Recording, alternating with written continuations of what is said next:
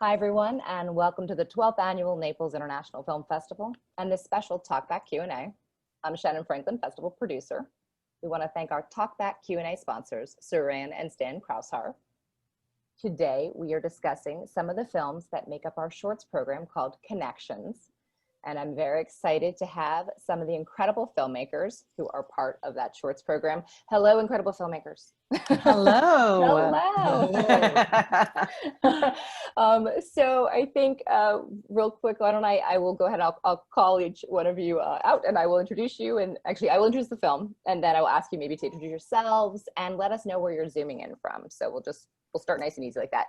So starting with the incredible film, Amazing Grace. Nina, would you like to start out by saying hello? Yes. Hi, my name is Nina Brissy, and I am the co-writer and director, and I am also in Amazing Grace, and I am in Los Angeles, California. Fantastic. Thank you. And also from the film, Robert, would you like to say hello? Hi, I'm Robert Craighead, and I co-produced Amazing Grace and was fortunate enough to perform in it as well. It's a beautiful story, and I'm so glad that we're a part of your festival. Thank you. Thank you. We're so thrilled to have all your films in our program. They're incredible, which leads me to the next incredible film. Doug, would you like to say hello from Feeling Through? Hi, Doug Rowland here from Feeling Through, the writer-director, coming to you from Los Angeles as well. And yeah, super happy to be here today. Awesome. Well, thank you so much. So, okay, let's start at the beginning. It's always great to kind of give our audience some perspective on the inspiration for these films. So I don't know who wants to go first. Doug, do you want to start us off? Can you talk a little bit about what was the inspiration for this incredible film that you have here? Thanks. Well, yeah, so it actually goes back. This story starts 9 years ago. So I'll try to truncate 9 years, like a relatively short response. But again, I'm in Los Angeles, but I'm from New York City, where I was 9 years ago. And I was coming home late one night, and I saw a man standing on a street corner holding a sign that said, "I'm deaf and blind and need help crossing the street." The first thought in my head was, "Oh wow, I've never met a deaf-blind person before." As I approached him and tapped him, and he pulled out a notepad and wrote a bus stop that he needed that was nearby. So I walked him over there, and as is the case in most cities late night, if you've just missed a bus, one's not coming for quite a long time, which was the case here. So I wanted to let him know I'd sit and wait with him, and I didn't know how to communicate with him. So kind of just intuitively, I took his palm and started tracing one letter at a time on it to let him know that I'd wait with him, and he understood it. And we ended up having a whole conversation that way of me tracing, one letter at a time on his palm, him writing back in a notepad. And very quickly got to know this man, Artemio, as this really warm, charismatic, funny, great guy who I felt like I'd really made a connection with over this time waiting for the bus, to the point where the bus comes and he's getting on the bus and we're saying goodbye and hugging each other. And I'm like tearing up, going like, I'm going to miss my new friend here. And it was just a jump off point for me. I ended up writing a short story that quickly turned into this film. But at the time that I wrote it, I didn't feel ready to do justice to it. So it lived on my computer for quite a while I did a bunch of other things. And it would be honestly about 5 years later, when I was cleaning up the desktop of my computer, which gets very messy from time to time. And I opened the folder and immediately I read the script for the first time in quite a while and was like, I had that gut feeling of like firing in me. I'm like, I have to make this right now. Ended up kind of through chance, reaching out to the community, deaf-blind community, because at that time still I'd only met Artemio. Ended up coming across the Helen Keller National Center, meeting with them, and we partnered together to make the film, to cast a deaf-blind actor, Robert Tarango, which was also a film first. It's the first film to star a deaf-blind actor, and we've been taking it around. And for those of you, if you like the Feeling Through, and you're watching this before the 25th of October at 3 p.m. Eastern time, we're going to be doing something called the Feeling Through Experience, which includes Feeling Through, that short that you just saw, alongside a supporting documentary called Connecting the Dots, which follows the process of not only casting and working with our deafblind actor, Robert, but also the year-long search for that man that I met on that street corner years prior. And then the third part is a panel discussion with Robert and some other people from the deafblind community talking about the film and some other topics around it. So we've had the great fortune of taking that experience around as well as a fully accessible experience, first in person with as many as 50 interpreters and support staff to provide a personalized one-to-one accessibility when we were pre-COVID. And since the pandemic, we've been doing it as we will be on the 25th with ASL box, interpreter box, live captions, and some other accessibility features. And so that's the 9-year journey truncated into like a couple minutes there. You did a great job. That's impressive. Yeah, I mean, it's an extraordinary film, and just on, you know, I can speak to, you know, when we saw it immediately, we knew this was a film we would be so proud and honored to have in our program. And then learning so much more about it after we had already, you know, talked to you, we knew the film was going to be in there, and thank you. And we'll remind everybody, it's a free event that's happening on that Sunday, the 25th. And so we'll keep reminding our audience, but just, yeah, I mean, well, there's so much to ask. So, okay. So another incredible film in our festival, and certainly in this program, is Amazing Grace. I don't know which, Nina, maybe as the co-writer, do you want to speak to kind of the inspiration, how this got started? Yeah, please. Yeah, so Robert and I have known each other for some time. I don't know, Robert, 10 years, 11 years? Something like that. Yeah. Something like that. And this originally was not supposed to be a feature or even the topic that we ended up writing about. So originally, I wanted to do a project with Robert, you know, like a 5-minute scene.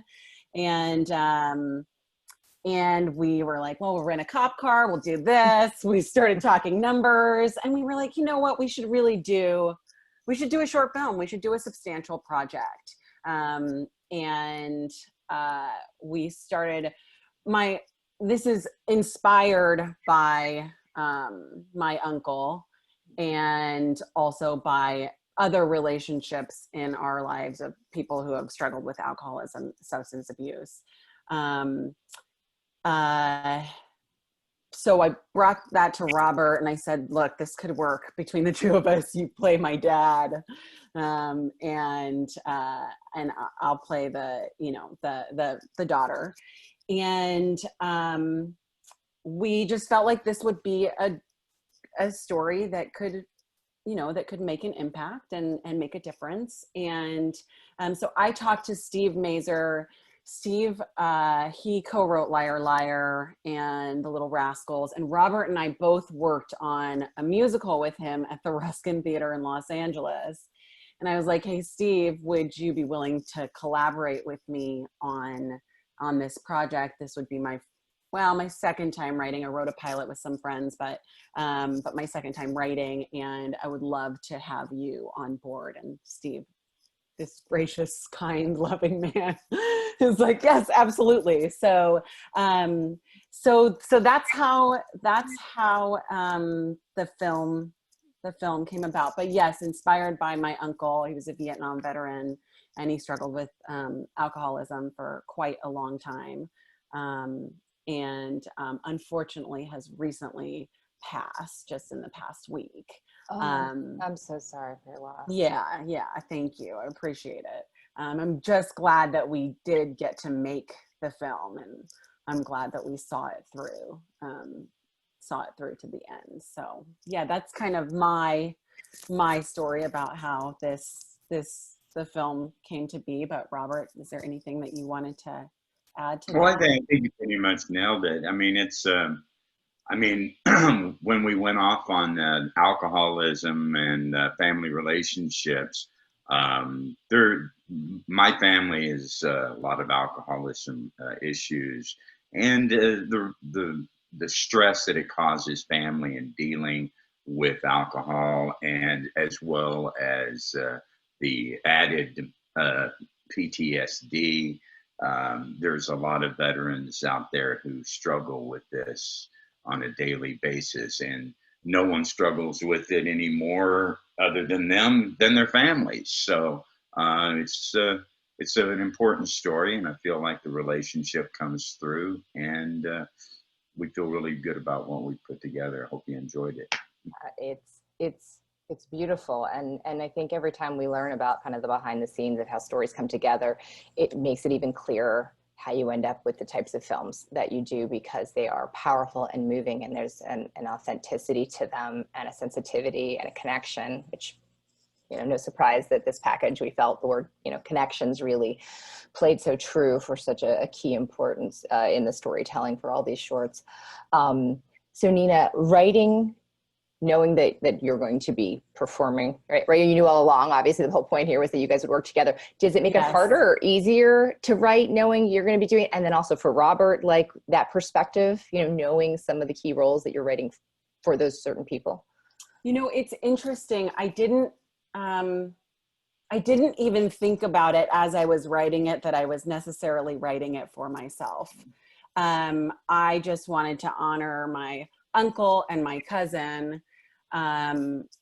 As we wrote this piece, I just wanted to capture what, you know, capture that. So yeah, I wouldn't say that, I necessarily, sorry, Robert, but I necessarily thought about either one of us. Obviously I knew, you know, I mean, you know the ages of the people, but it was really just to honor them and honor their story. And yeah. That's so great. So Doug, speaking to you, you know, again, so you're writing it and eventually the time comes and you're like, it's time, we're gonna make this happen, and you're gonna direct it. So going into that, I'm sure you could talk a really long time about this process, because it is such a unique and special type of film. But so you're like, I'm gonna do this. Did you have any idea what you were taking on fully at the time of what it might be like to be as honest and accurate and supportive in this world and tell this story as authentically? Like, what was that like from the moment you're like, okay, let's do it, and then you jumped in to casting and producing? Yeah, that's a really good question. You know, I feel like I was so just focused on, like, I had the real fortune of, like, this isn't really not hyperbole, because I've definitely done plenty of things where it wasn't the case, but like when the gut feeling hit me to do it, it was firing so loud, and it was that I was really able to follow the process in a really organic way. So there was never, I was always just had such a clear sense of what the next step was, that kind of carried me through the process. I guess had I taken a moment to think about it a little bit more, yeah, it's definitely taken me and the experience to places that I probably wouldn't have imagined at the onset of it. But the first step I knew immediately was to really reach out and connect with the community. And while I was getting acquainted with the Helen Keller National Center, who's based in Long Island, I was just walking into places here in Los Angeles to get to know the local deafblind community. And it's a pretty connected and tight-knit community in these various, both the LA community and the New York community. And so once I kind of started to get connected to some people in that world, they were so welcoming and really welcomed me with open arms to kind of really connect with and get to know the community, and, you know, communicate with a lot of people in the community and sit on some classes for the deafblind community. So that was really, I definitely knew that was the first step, and the rest was kind of just like following my nose, so to speak. And can you speak a little bit, because I know there'll be more, but to finding your leads, to finding these very special people to embody this story, this incredible story. Can you speak a little bit to that? Yeah, definitely. And, you know, again, in Nina and Robert's case, they knew that, you know, wanted to work with each other, and you've knocked out a pretty big part of the equation. Right. When you know, it's a great thing to do. It's why a lot of people kind of like come at it from that standpoint, which is great. You know, when you write something and you know that it like really hinges on these two people that you have not found yet, it can be challenging. What was really fortunate on Robert, who's our deafblind actor, I had one of the great things about working with the Helen Keller National Center was that I worked with them to connect with and hold a casting session with a lot of deafblind people, who none of which were actors prior, but all were people that were interested in what we were doing and wanted to try their hand at it. And it was actually really funny, and it's something that you can see in the documentary if you tune in for the Feeling Through experience. But Chris Woodfill, who's the associate executive director there, he reached out to deafblind people from all across the country. And so we were, day one, we were auditioning some in person and some virtually. Robert was not on that list. Robert was working at the Helen Keller National Center cafeteria at the time. And we were like midway through our day, having seen a bunch of great people who just weren't quite a fit yet. And we had like a little bit of a break in our schedule. And someone in the room goes, "What about Robert?" And someone goes, "Yeah, actually, Robert might be good for this." So before we knew it, like Robert's getting pulled out of the cafeteria. He thinks he's in trouble. Like no one's like explaining to him where he's going.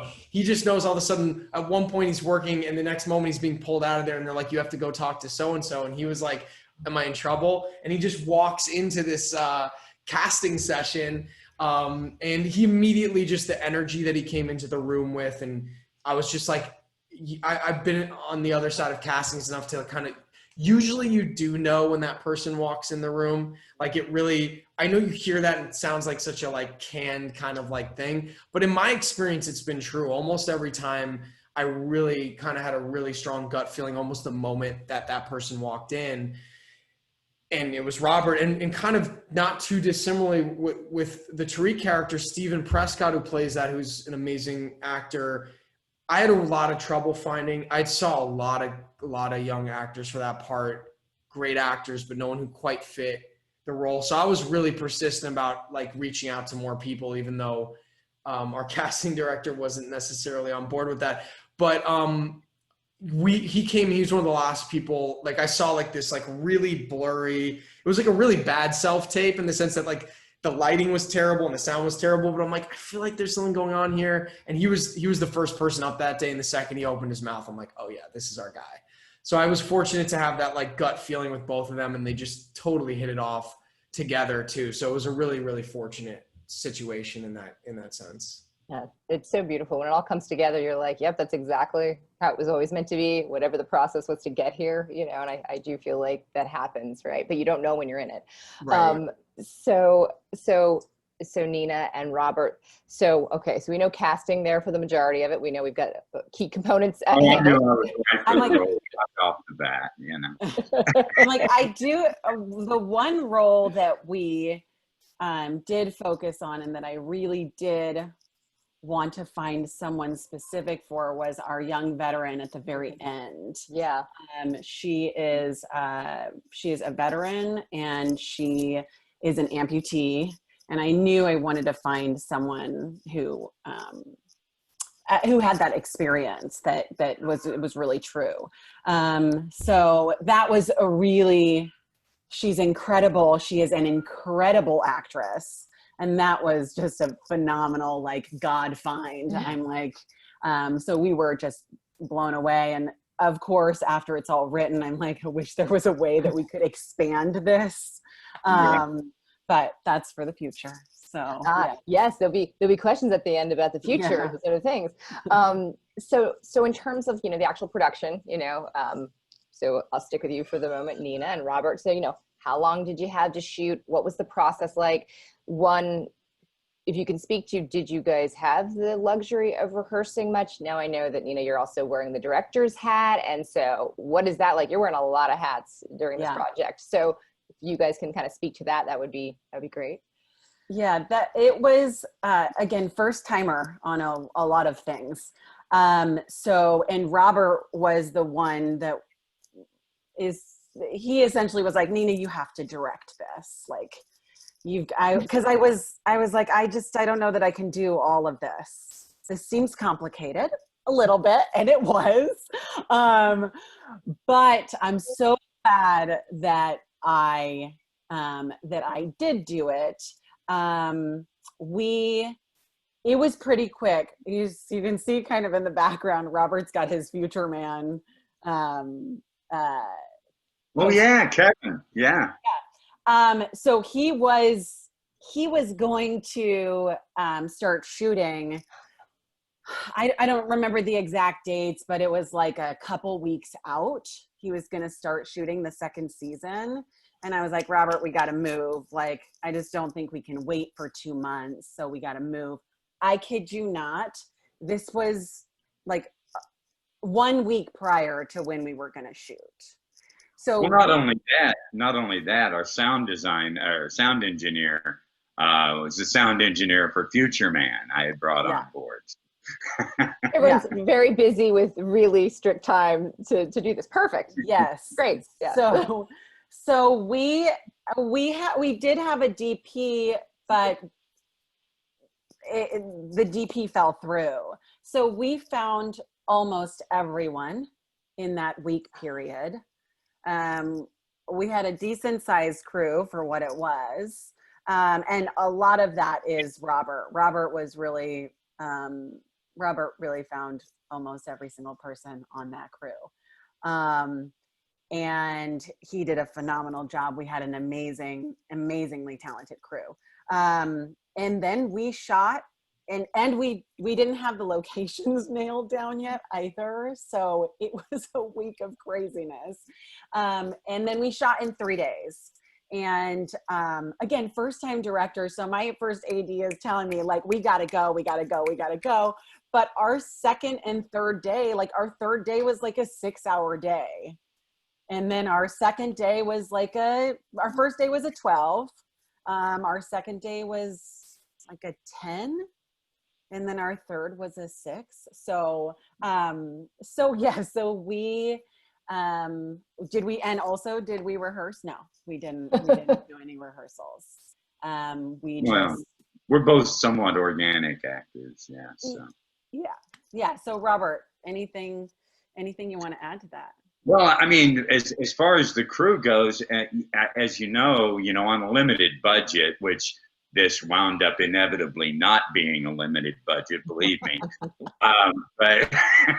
But finding people that you can afford that are interested in the project, as far as the production team and their schedules, you want to have really good people, but also people that you can afford that will be willing to sacrifice and give their time to a project that they love and are interested in, but also their availability. So you really can't schedule something way far in advance because their scheduling could change. So I thought we were very fortunate with the crew that we put together.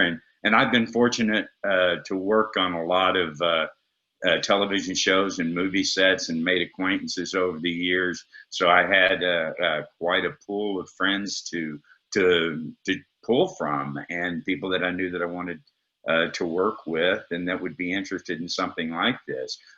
For example, Kevin Kapare, who's our sound engineer, he was sound engineer on Future Man, and I knew he was a recovering alcoholic. Like he's been sober for, I think, 20 years or something like that. But this really struck a chord with him. And so he's probably one of the most sought after. He also does Brooklyn Nine-Nine. He's one of the most sought after sound engineers in the business. So, finding people that it strikes a chord with, that are willing to sacrifice and do things, a little bit, gratuitously. Yeah, on a limited budget. Right. Not what they may normally get paid. That's, you're speaking to the world of independent films. These are so passion projects. It's finding the right people who see your vision, believe in your, your story and the team. And it is, I think that's what's so special about independent films, because you have to get so creative and you have to want to be a part of these films, because they're not always easy or, nicely scheduled out with plenty of time. But I mean, the results are incredible. And I think that's some of the magic. I really do. I think that shows up in these type of films. It's when you're pushed up against it, everyone's working so tirelessly on that goal. And, similarly, I would say, Doug, can you speak a little bit to your actual on the set experience of actually, making the film happen? What was that like for you? Yeah, honestly, it was challenging. We were, almost the entire film takes place outside at night. So like part of, in the pre-production was chasing the New York City winter, or, trying to get it in underneath that. And we were in that case where we kind of started shooting right as like the winter really started setting in. So, that was tough. I mean, like we had to, it definitely it definitely cut into a lot of our shooting time each day, because we have to invariably take a lot of breaks throughout the evening to just go inside and warm up. So that was hard. It's hard to find a rhythm when you're like constantly stopping and needing to like move the whole team inside. So that was a challenge. Certainly just shooting outside in New York City, you're going to encounter some interesting personalities that like want to insert themselves into the film, whether they've been invited into it or not. So certainly fielded some of that. Yeah, so like and then just overnights I mean, look, it was a short, so it's not like we were shooting for so many days in a row, but like the 6 p.m. to 6 a.m. schedule adds another component to it. I think even if you're just doing that for like 4 days in a row, it's, you know, it's a factor. So yeah, it was challenging, but again, like, you're always expecting there to be a lot of challenges when you go into production, no matter what the thing is. So like none of them were challenges that I wasn't expecting. Certainly, you know, rain, you know, one of the days where, again, almost the whole film's outside. So you got to like find a way to like not lose most of a day and, you know, use that time. So, but these are all things that I knew were possible, like possibilities. So it's still hard, but like nothing that was like so far out of the norm that like we weren't prepared for it, I guess. Yeah. So I'm going to kick this question out, answer it as it, you know, answer it how you will. So I always like to kind of ask, you know, you go into it, like you said, with ideas of how you think it's going to go, places you believe and, you know, that will be a challenge you're concerned about. And then when you go into it, there's always a surprise. And that could be hopefully a pleasant surprise, something you did, a bit of magic that shows up that, you know, you couldn't have planned for. When I say that, are there any moments like that, surprises, like the more magical ones that just you go, wow, and looking at it now that come to mind that you want to share, touch upon? Yeah, so it's funny that Robert brought up Kevin, our sound guy. Kevin brought along an assistant who did my miking, and she also did a lot of the boom operating. But it was everyone was so supportive on our set. It was just a pretty incredible experience. But Norma's kind of resetting my mic. And I felt this from a lot of the people on set, the support, the care, the love for the story, and also the sensitivity around it. But Norma said, you know, I've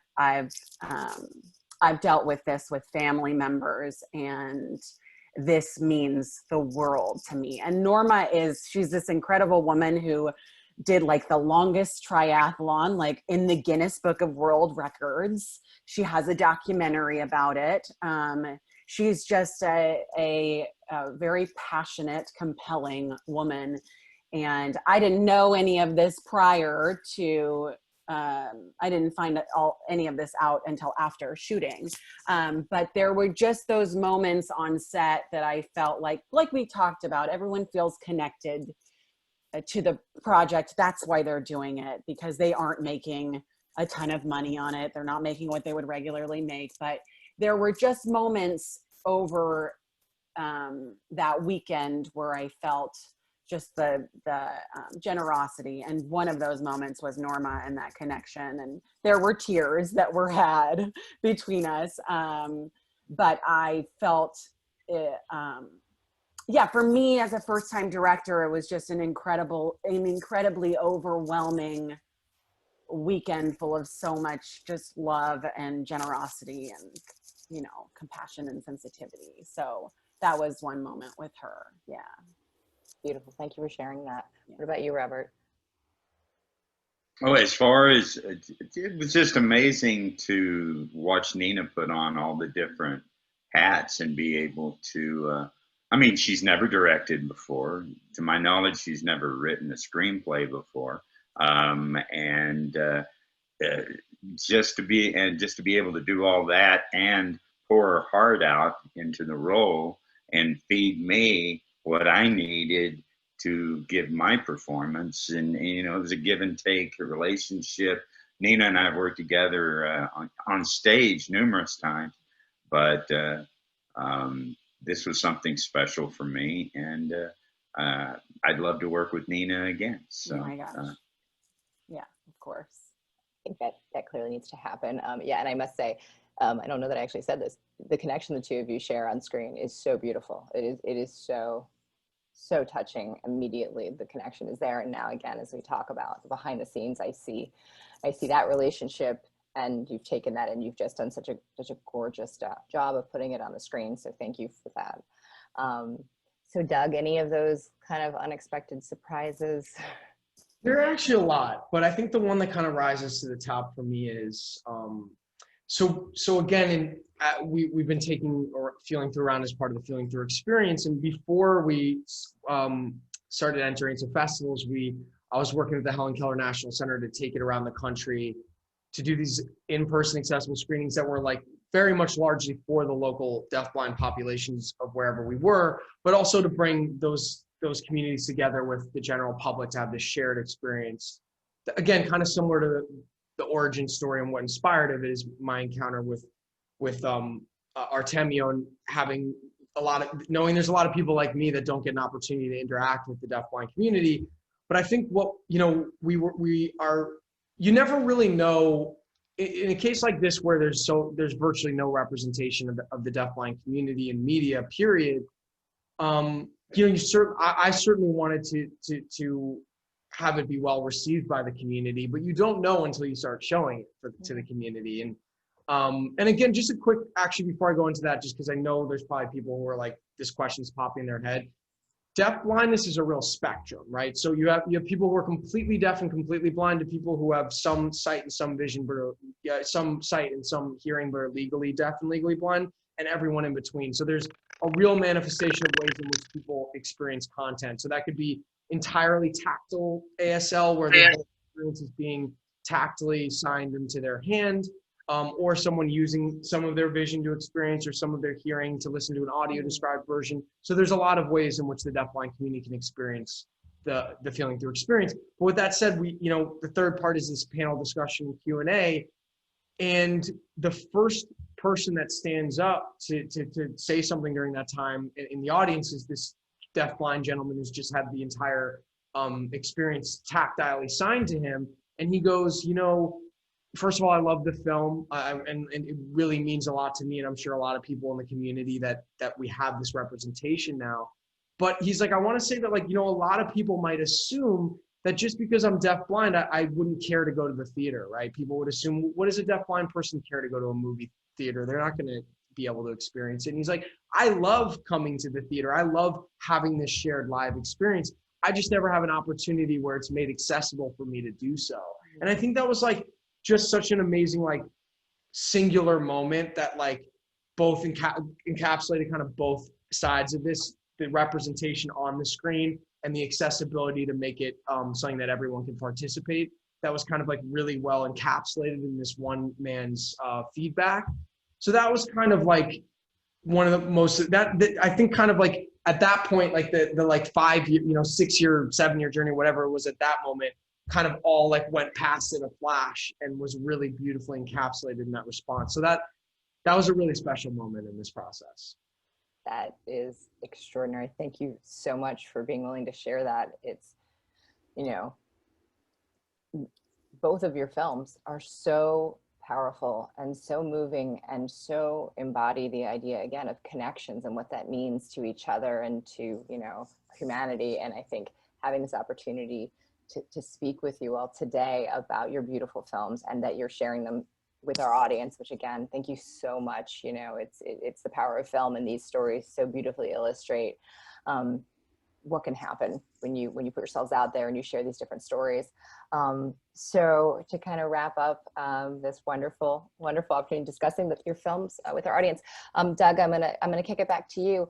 So can you say, what's next with the film, and then also creatively for you, what's next? What's on the horizon? Yeah, so with the film, definitely been partaking in a lot of what is this virtual film festival experiences. And, Shannon, as we got to mention prior to this, there's something kind of great about it too. I mean, don't get me wrong, I miss being able to be in a theater with people, but being able to connect with people, you know, around the country, in some cases around the world, that you might not get to connect with or show your film to is pretty cool. And getting to like participate in this remote way is great too. So doing plenty of those, obviously also the Feeling Through experience, taking that to not just festivals, but also, you know, we've been screening in a lot of different spaces. We just started doing a lot of screenings as like curriculum for schools, because a lot of, that was like a targeted space for us initially, that we thought it would just be such a great space to share it with the younger generation. But also now that, you know, a lot of schools are obviously virtual, and they're at a point where I've spoken to a lot of teachers who are like, okay, we're past just like making this happen. We want to start doing special things again. So it's been a great way to work with middle schools and high schools and upcoming some universities to be able to provide what we hope is like a really fun and engaging content, but also something where there's a lot of great discussions that we can have that stem from it. And so far the kids have loved it, and we've gotten some great feedback there. Sharing it with a lot of different organizations, both nonprofit and for-profit organizations, to be used as various tools, depending on, you know, what it is they're doing for, you know, a certain event or panel. I'm getting to speak actually at the, it's been cool because we've been both very much in the film space, obviously in film festivals, and also very much in like a film in the disability space, being a part of events that aren't film events, but including it in there. So there's a really cool one upcoming, part of the India Inclusion Summit, which is an annual summit around disability in India that I'll be speaking at, and we'll also be doing an experience there. And it's just cool that it's definitely, as far as to your, you know, what you'd mentioned earlier, as far as not imagining where it would take you, there's some really cool spaces that are like not film related spaces where we've been living in that have been really cool to connect with people through the power of storytelling, which is like, you know, obviously, you know, I think for Nina and Robert, hearing what, you know, your film's born out of, and a lot of filmmakers, you know, that it's entertainment, but you're also, there's something that's something that you has really viscerally meant something to you, that you want to find some way to share that experience with other people. So it's been cool to do that through this experience, but in other like non-film related spaces. And just lastly, you know, working on developing the feature film version of Feeling Through, you know, kind of seeing how the world plays out, both from a narrative standpoint, and also a logistical standpoint of shooting it. So no real like timetable on that, you know, kind of seeing how things unfold, but certainly fully committed to making that happen, and sooner rather than later as well. I'm very happy to hear that that's on the horizon, because I'm sure we'll be very interested to see that when it is, you know, when it's available one day. So you'll obviously stay in touch. Yeah. And so Nina, Robert, same question. I just want to first say that I'm so inspired by Doug, by the story, but also just by the opportunity that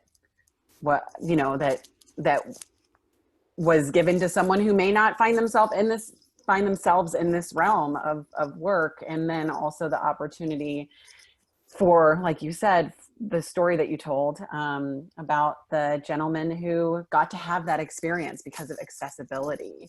Mm-hmm. And so it's inspiring to see that you're potentially creating more opportunity by building, you know, by creating more awareness around the deafblind community. I think it's pretty incredible. Yeah, very inspiring.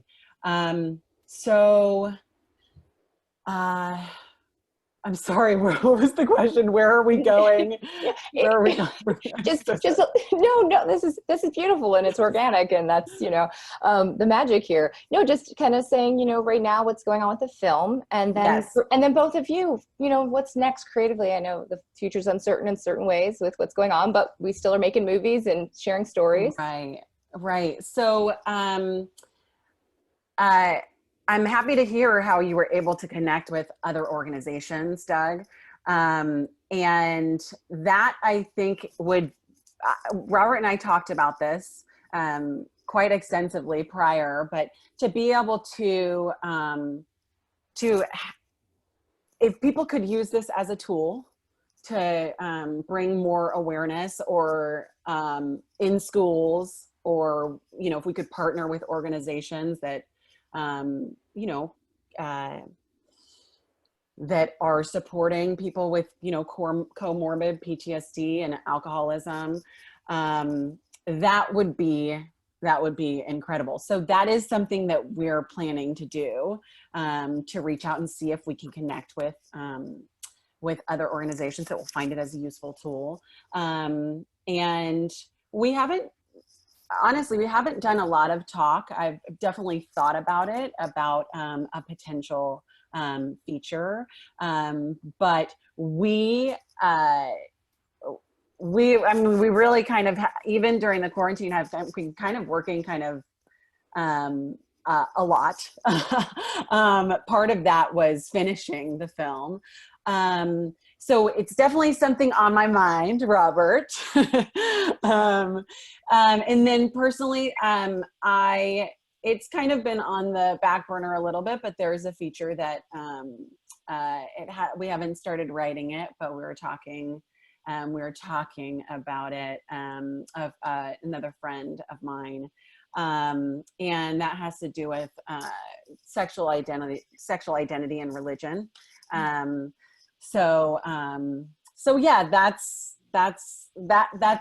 in the future. That'll be a process. But I'd also like to do another short that's quite a bit shorter than the one that we did this time, prior to doing the feature. So yeah, so that's what's going on for me. Sounds very exciting. All right, Robert. Well, as far as the film goes, we're just getting started, I guess, with, because we didn't complete the film until almost the end of May. Oh, wow. So, well, I mean, yeah, post-production went, but thank God for COVID, because there were a lot of post-production people that, well, I mean, as far as our we know what you're at. but there were a lot of post-production people that were available to us and were very interested in it. And I'm going to note that we had a composer lined up that fell through, and then I found a composer was recommended to me in London, Laura Rossi, who her work was just absolutely beautiful. And so we started working with her. Then the other composer became available again, and it was kind of like, you know, we're already committed here. So, but yeah, we're just getting started on, I think, on the festival circuit. You're our second film festival, so that, and we third. We're still on our top five Yes. first. It's fine. Yeah, we have we've been hearing back from more and more as we're going on, but we just really started, and we're just enjoying this whole process right now of where we're at. And as I stated to you offline earlier, whenever I jumped on, was yeah, I've got some finally COVID work, you know, after COVID, doing the COVID testing, I'm able to get back to work some. So looking forward to that starting up this week. So yeah. That's so fantastic. Truly, thank you so much, all of you, for being here, making the time, sharing yourselves, you know, in this way, giving our audience this, you know, really just this great behind the scenes of how these incredible films came to be. And again, thank you so much for sharing your work with us. We are just so delighted to have your films as part of our program. So thank you so, so much. Thanks for having us. Pleasure. Yes, thank you so much. Fantastic. Okay, and as always, I also want to thank our audience for their ongoing support of Artists Naples and the Naples International Film Festival. Thanks so much.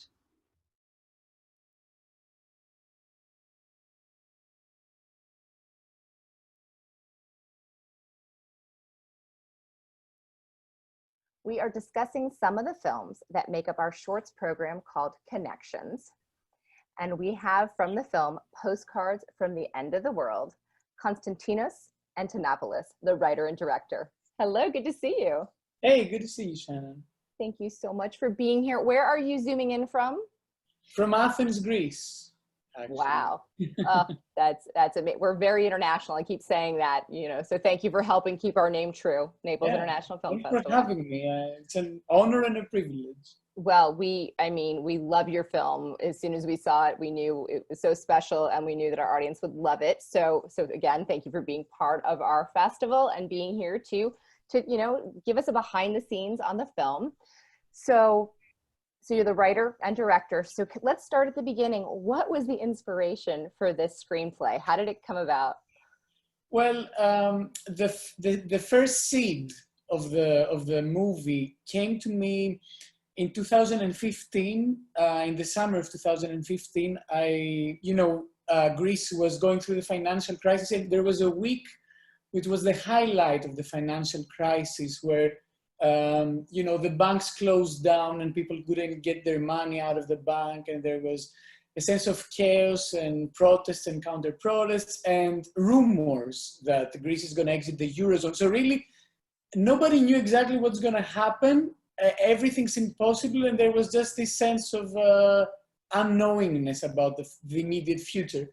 And I happened to be on an island, which is actually the island where the movie was shot, incidentally. I was there for work, and it was very funny to see people reacting in different ways. Some people were really panicking and going to supermarkets to stock up with goods, or lining up to ATMs to get as much money as they could from the ATMs. And then other people just didn't, they were enjoying the sun and the sea because it was there, and nothing felt that could go wrong, So this paradox was, I felt there was something very picturesque, something interesting that captured how this financial downfall in Greece felt like. And so that was the first inspiration for the movie. So fantastic. So then from the time you had the idea, how long did it take you to have the kind of the script we see the film today? So I had the idea, and then I was trying to put down, a script. And I think since people have seen the film, I think I was writing down notes. I remember I was writing down notes about this, and I knew it's about a family and with kids and all of that. But I think everything, it took like, I guess a year afterwards, everything clicked together, and I wrote it very fast. Although I was gathering notes for, throughout the year, a little bit here, a little bit there. Everything clicked together as soon as I heard the narrator's voice in my mind. And it just put everything, it put the thing together in my head. It just came to me, and everything kind of fell into place immediately. The use of voiceover is so effective in this film. It really sets the tone, and there's such a great satirical comedy inside of this story. A big part of this, obviously, is the cast, and it's to get the right people. What an incredible cast! Can you talk a little bit about how you found these amazing actors? Yeah, so there is Yorgos, who's the main actor, and then Angeliki. They comprise the couple, and they are both they've both done theater. Yorgos has done a lot of theater and lately TV, and Angeliki had done mostly TV. But the reason I was interested in them, apart from the fact that they're great actors, is that they're both parents, and they both have 2 kids. And I was really looking for people who have had the experience of the characters in the movie. And the other thing that I found interesting, and I discovered along the way, but I thought this is great, and that's why I should cast these people, is that they're both they're a little bit dissimilar from the characters in the movie. They are, Yorgos is portraying a character who's a little bit shy, and he has trouble taking initiatives and action. And in his real life, he's not like that at all. Although he's very gentle, but he's like a very active person. And the same, and even more goes for Angeliki. She's very she's not the typical housewife at all. She's just very out there, and she's doing her own thing. And I thought it's very interesting to limit these characters into more stereotypical family roles, and see how what this would do to their energy. And I think it created some sort of contradiction. that was Oh. interesting, I thought. Oh yeah, and what about the kids? The kids, yeah, that was fun. Just casting kids. All this was a new world for me, all this experience. And then after we found the kids, these two kids, which were very fun to work with, how we incorporated them in the film, because the idea was that they're always there in almost in every scene. They're there and they're doing their own thing. So. And I think it's a way to work with kids, to really give them a freedom within a certain limitations, to give them a freedom to be themselves. There's this, they say that kids and animals are a no-no for films, very difficult to have in films. But I think maybe, I don't know, I guess it's difficult, but they both carry, both kids and animals, kids, below a certain age, they just carry truthfulness to them. They just carry truthfulness. They won't act. They'll just be themselves. And I think they are successful exactly when they are themselves, these kids in the movie. And these are the moments we try to create. It feels very natural. It has it rings true in these crazy scenarios. So how long did you shoot for? What was this, what was the set like? Tell us a little bit about shooting in that environment. And for you, you're saying you're revisiting the inspiration where you were. I'm curious how that was as well. Well, let's start with the location. The location is an island not far from Athens. It's called Syros. It's a very beautiful island, but I wasn't thinking about it as a location really, just because I was looking for something less civilized, with less houses, very remote. But what you see in the movie feels, I think, a little bit remote, because I was looking at different locations, but I realized that Syros works because it's both kind of rough and it has these rocky landscapes. And at the same time, it was very friendly to production. People there love culture.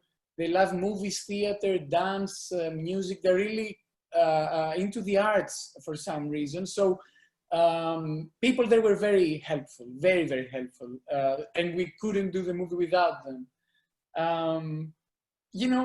Maybe one fun thing to share with you is we shot in two different beaches, in two different locations by the sea.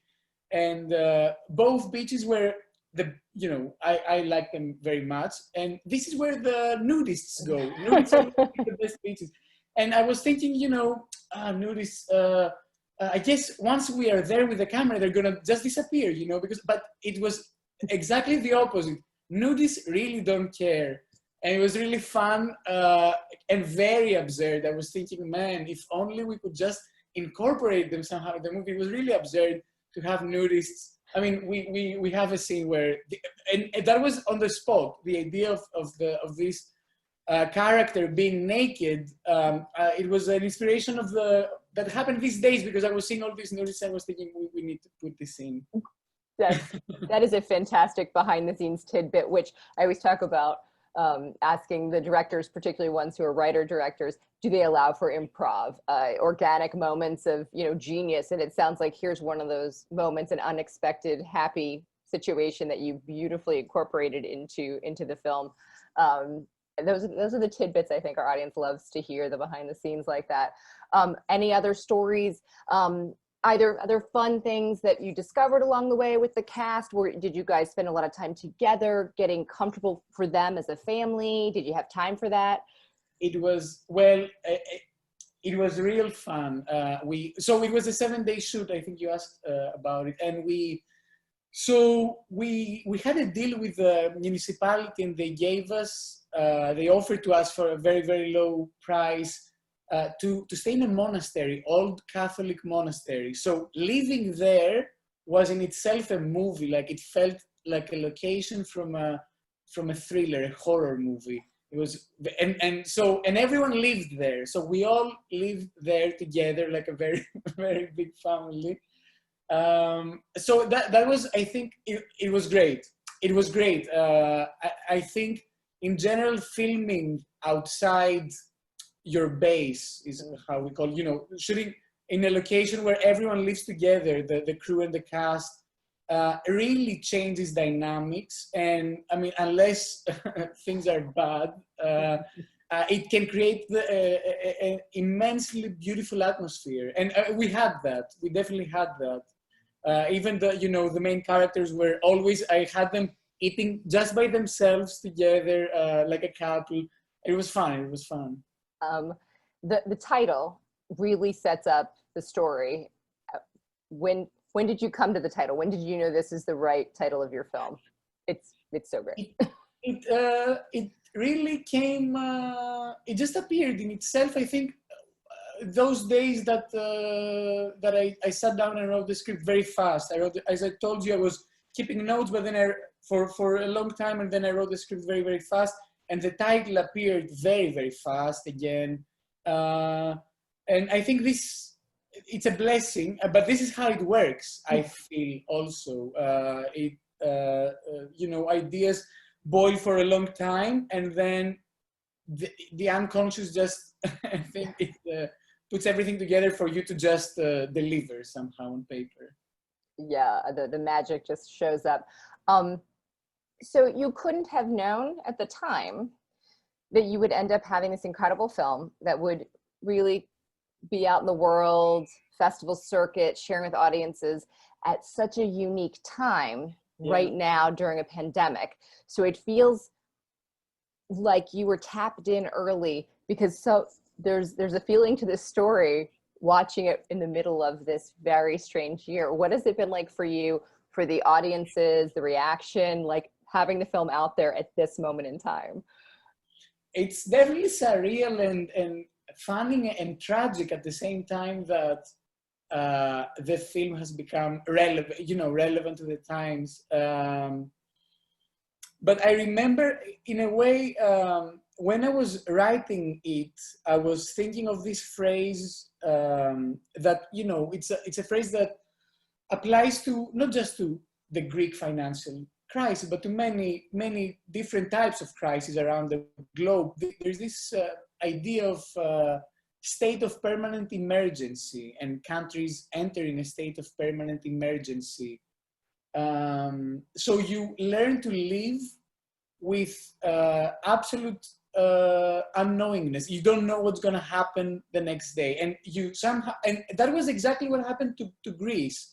So everything collapsed. At first you don't believe it, then you start settling down, and then you just start experiencing everyday life in a state of permanent emergency. So you're just attuned to this, to the fact that everything can happen the next day. And it was a new thing, and it's absurd. And I think I guess, that film, but I think other Greek films as well, the fact that they are comedies, I think it's a defense mechanism to react to this peculiar tragedy. So I think, and now everyone is kind of experiencing, but there is one good thing, within this tragedy, the one good thing I feel is that the whole world is experiencing the same problem. So we're in it together, and there is a sense of solidarity, I feel, and that's very important. Very important. We're all in the same boat. We should be aware of that. This made it aware. This made us aware of it. I think you beautifully expressed. I know my own experience of watching the film. There's so many things about the film arts that are so important: storytelling, connectivity. And I think at this moment, seeing the film, I will speak for myself. One, the locations are beautiful, and we're here in beautiful Naples, Florida, but seeing other places that we can't travel to right now, there's an escapism. The way you said that the humor, handling the hard stuff with humor, getting through it, and having this film be here at this moment when you said there's a collective feeling of a shared experience of we don't know what's happening next. It just seems like one of those films that is perfectly timed to be here and to be shared. And we're so excited to have your film part of our program. So what is next with the film? What is next with you creatively? The film is, it's traveling around, and more than happy that people can watch it and tell tell me what they think. It's just fun. It's fun to be able to show it around the world, even in those times. I'm preparing the next things. I feel this short helped me discover something in terms of tonality, tone, and playing with contradictory elements, so playing with comedy and tragedy, playing with voiceover and music, and seriousness and ridiculousness.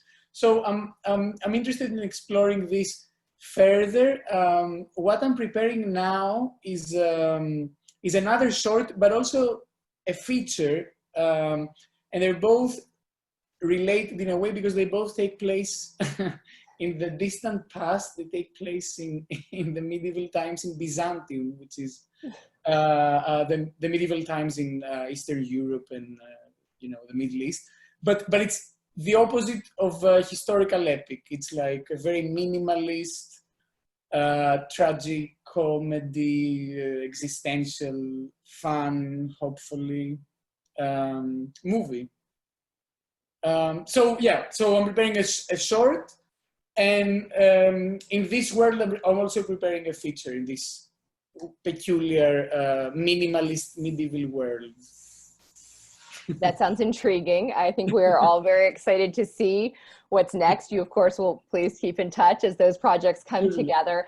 And just, again, it's so wonderful to have this time with you to share, that you're sharing your film with our audience. And it's so good to see you and see that you're doing well. And thank you so much. We really appreciate you being here. Thank you. Thank you very much. Thank you for my, it's been a great pleasure, and talking to you as well. Thank you. And as always, I want to thank our audience for their ongoing support of Artists Naples and the Naples International Film Festival. Thanks so much.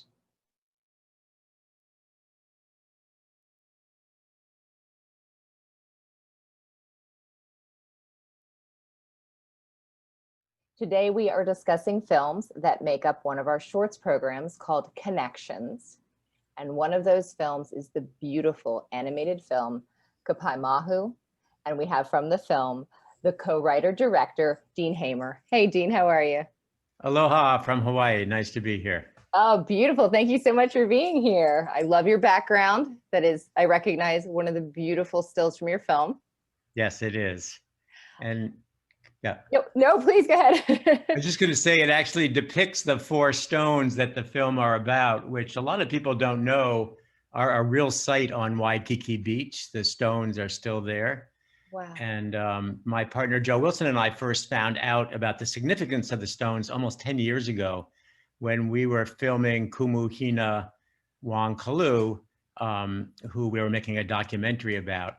And she asked, do you know what these stones are? And we didn't. And it took 5 years to find out, but now we made a film about them to share their story. That is so amazing. Actually, I was going to say, would you mind we'll take a step back and share with our audience the full inspiration of how this story came to be? I know that there's 3 of you who are part of this. Would you just, give us a little insight into the full inspiration, how this film came to be? Yeah, it really started when my partner, Joe Wilson, and I were making a documentary film about Hinale Moana Wangkalu, who's an amazing teacher and a Native Hawaiian cultural practitioner, and who also happens to be Mahu, which is the Hawaiian word for what we would call transgender in the West. And we were filming her down on Waikiki Beach, and she pointed out these stones and said, you know what these are? And we didn't, but we spent 5 years researching them and found that they hold the spirit of the first 4 healers in Hawaii, and that those healers were also Mahu. And so we thought that this would really make a wonderful story to tell, especially now in this day when people are talking a lot about monuments and what they represent. And we thought it would be really cool to have a monument that represents this wonderful tradition of gender diversity and of healing that's been in Hawaii for a long time, but maybe new to the rest of the world. Oh, wow. That is a really interesting story that brought you here. So you decide you're going to tell the story. The 3 of you are going to work together. Where in the process did you decide that this was going to be animation? We had a lot of discussions about how to tell this story. We even thought of a children's book at one point or a live action film. But ultimately, we realized animation was the best way to show these, larger than life characters, yet that are supposed to be realistic without resulting to stereotypes, and showing them as dignified and, respectful characters. And I think we also are really drawn to animation because the story has some sort of spiritual abstract aspects to it, like when the mana or the spiritual power is transferred into the stones.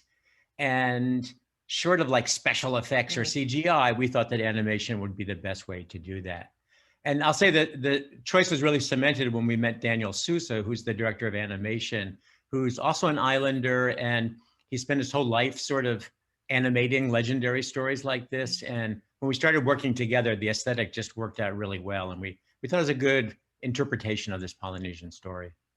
I mean, I think right away, I know that when I saw the film, and I think I can speak for everyone here, with part of the festival team, the animation immediately, it is so beautiful. It strikes you, it draws you in, and then the beautiful voiceover that happens, and it takes you through the story. How long did it take from having your finished script, finding the right team for the animation to actually get a finished film? I know that animation can take a long time. The animation took about a year, but getting to the script took 9 years. And the reason for that is that the story about these healers really had been censored throughout the last 100 years. And the whole part about them being Mahu and being part male and part female had really been squashed. So we couldn't really get the true story. It took about 5 years, and finally in the library at UH, we discovered the original handwritten manuscript from 1905. And then that eventually became the script, but it took a lot of work to uncover the story. Yeah. Wow. I mean, you had said like 5 years, but that was that piece of it, but really, so how long is the total journey then for you from the beginning of this to being in this moment of being able to share the film? I think it was about 2010 that we were filming Hina and first found out about this. And, it was on the back burner for a while. And then we were digging around in libraries and going down to the archives and thinking of all this and that. But it did take a while because the story really was pretty squashed. Yeah.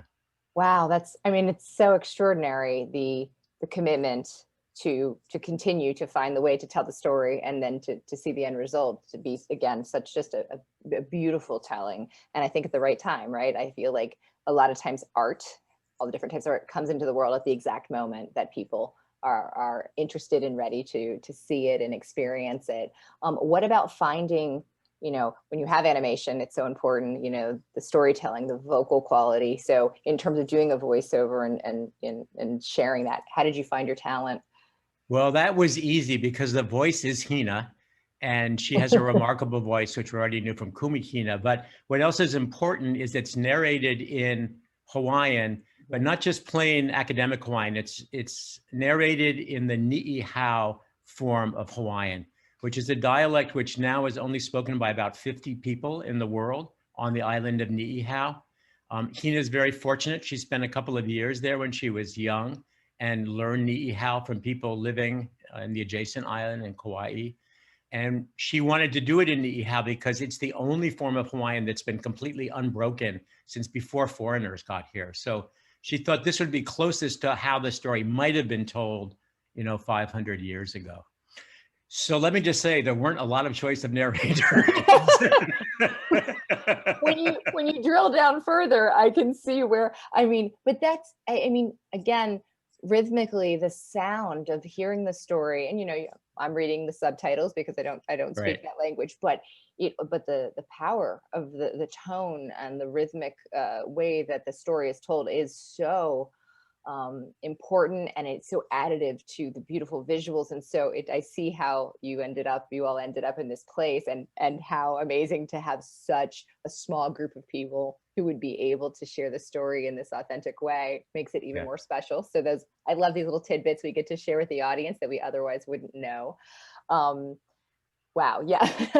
So now that I know that the film has been out there, I know it's doing incredibly well on the festival circuit. I know so many people are seeing it. What has the reaction been like? What has your experience been? You know, all of you sharing the work and having that opportunity to bring what's, you know, practically 10 years in the making, you know, Yeah. to the world. What's it been like? The reaction has been great. And we expected people in Hawaii to really love this story because it's a part of the culture that has been hidden.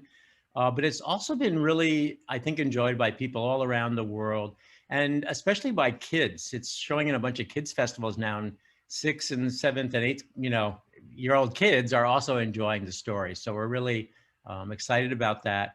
We also are very fortunate in that we've been talking with people at the Bishop Museum, and they're now going to mount a major exhibition based around the film and the story, but going into voyaging in Polynesia and healing in Polynesia and gender diversity across the entire region. So we think that'll be a really great way to share the story with all the people coming to Hawaii and then beyond. Yeah.